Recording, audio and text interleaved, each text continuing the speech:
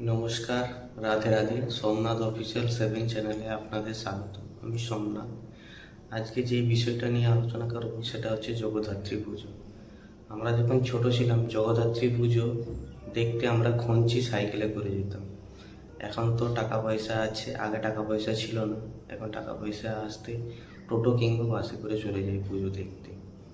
সব থেকে দেখুন আমাদের এই তমলুক এরিয়ার মধ্যে সব থেকে বড় বড় পুজোগুলো যেমন কালী পুজো হয় আমাদের তমলুকে, এবং যদি আমরা ধরি দুর্গা পুজো কোথায় হয় তো মেছেদা বাগনান এইসব নর্মাল এলাকা। জগদ্ধাত্রী পুজো কোথায় বড় হয়?